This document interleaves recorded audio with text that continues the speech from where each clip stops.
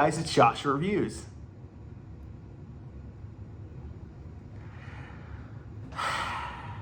So we're finally finishing the Krampus movies, and what better way to finish and cap off these Krampus movies that I've been reviewing than reviewing the first, technically the first. There was one in like 2011, there's been a few Krampus movies out there, and obviously I'm not looking at all of the ones that exist, but at least the main ones that do exist, the ones that you guys are, Krampus the Christmas Devil.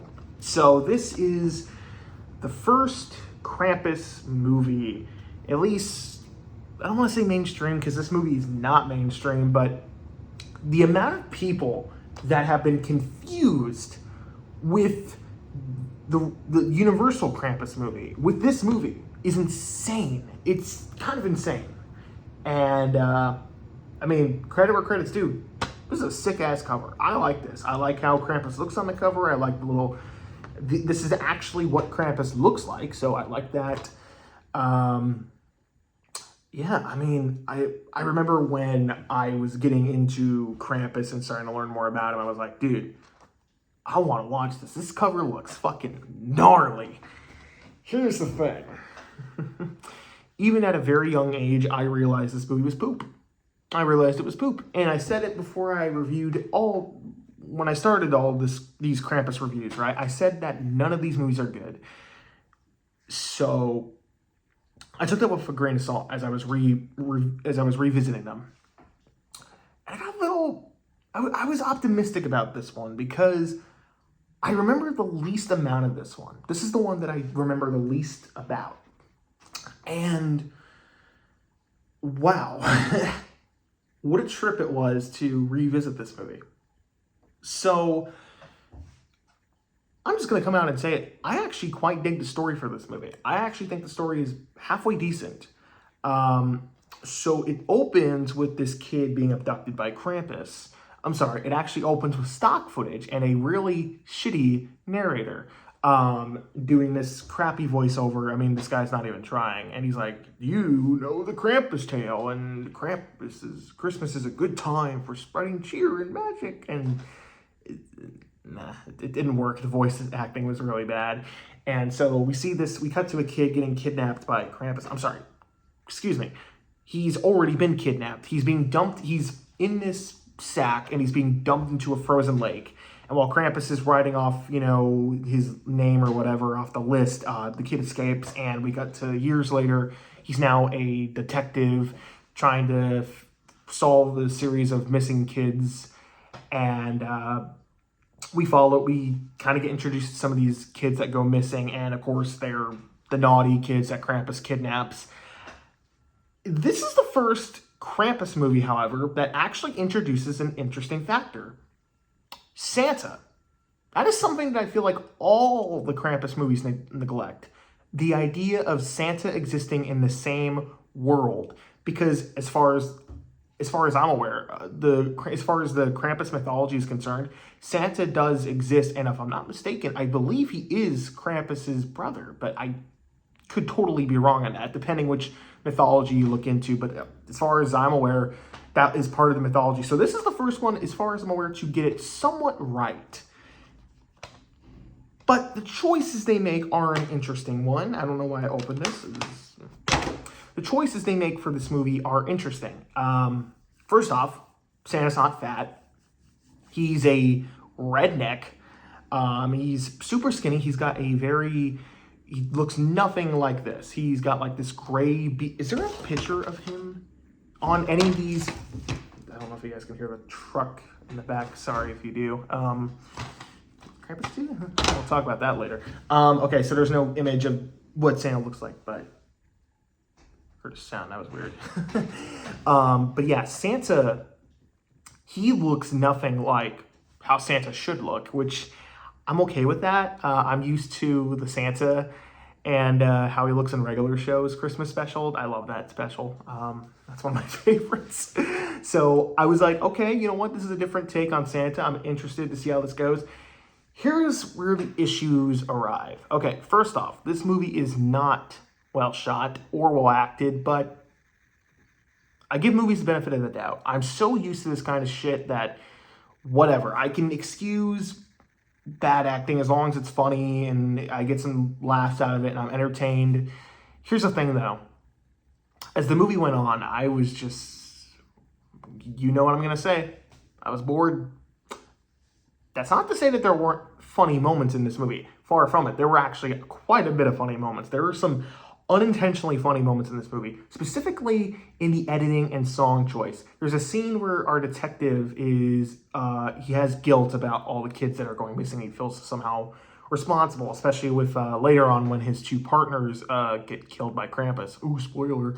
And he starts drinking and he falls asleep and he gets attacked by Krampus and he starts smashing his head on the steering wheel, and epic rock music is just playing in the background and it's editing all over the place. I felt like I was watching a James Wan movie with the Saw-inspired editing. It was weird, man. It was super weird. And the music choices in this movie are strange. There's like epic rock music in some odd places, weird piano music. It does not fit. This, but anyways, going back to Santa, I think my biggest issue with this film is that while they get some areas of the mythology right for Krampus, Santa is probably the worst fucking character in this movie. No disrespect to the actor, but oh my God, he was not the right choice for this role. I mean, he's trying. You can tell that. I mean, at least I had assumed he was trying. I mean, in all honesty, these people were probably the director's friends. I could kind of tell. There were just some movies you can kind of tell if they're like, you know, the director's film buddies. I mean, hell, when I make my movies, a lot of the people that star in my movies are my friends. I mean, that's just what you do when you're making independent movies and you got no money. So, you know, I've been there, still there, but at least you can do is try. Maybe ask for a take two, because these people can't act, and there's some unintentionally hilarious dialogue, and I'll be honest, that was kind of the saving grace for this movie. This movie's awful. Let me just get that out of the way. This movie's awful, but there were some unintentionally funny moments that made it worthwhile, so at least there was that. I wasn't, yes, 99% of the time I was bored, but when there were moments that were unintentionally funny, it did get some sort of a rise out of me, and pause. And there were, dude, okay, the last 30 minutes of this movie is fucking bizarre.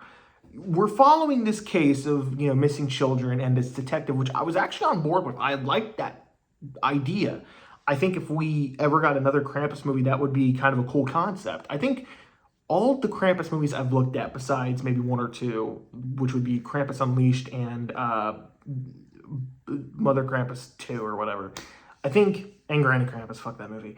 I think all these Krampus movies have good ideas on paper, but they're just not executed because they either didn't have the money or it's just people making a movie with the Krampus title and not really going anywhere further than that. And that's my problem with this movie, is I feel like it had a really good story with a decent Krampus lore, because I did feel like there was an attempt. But later, like in the last 20, 30 minutes of this movie, it literally becomes a hostage action drama. Like, they briefly explain in the beginning that there's this guy that the detective arrested, and he, like, vowed vengeance to come back. And he comes back later, and he holds his wife hostage and his daughter. And it gets really uncomfortable when he starts talking about how he's raped children and he's robbed banks.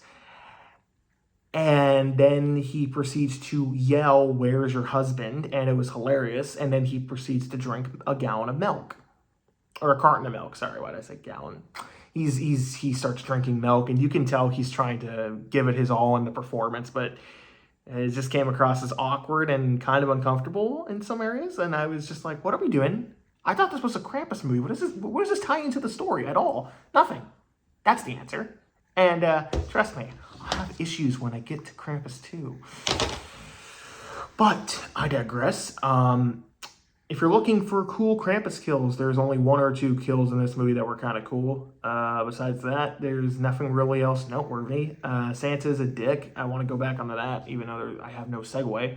So yeah, Santa's Santa and his brothers with Krampus in this movie, and you think, oh, that's gonna go somewhere. That's kind of a cool, neat concept. Don't do anything with it. Santa will just show up in random places and be like, Krampus, time's running out. You're my brother. Did you get that, brother? We're running out of time. You need to kill these naughty kids. You need to punish them. Which, by the way, punish indicates that you're punishing them and they learn a lesson.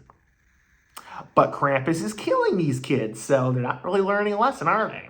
And there's a weird, very uncomfortable moment where Krampus is literally, he holds this naked chick hostage. And Santa's like, what are you doing, brother? Like, are you really that, like, you know, excited? And I was just like, what's the point in this? Why is she? I would not be surprised if the director had a friend who was like, I want to get naked for this movie. And they're like, okay, sure. And naked lady in the movie. Just naked lady. I don't know what the point of it was. Honestly, as this movie went on, I was just kind of like, a lot of cool ideas don't get executed. And, you know, I'm sure they probably had fun making this movie. But just final product didn't showcase that. It was a mess.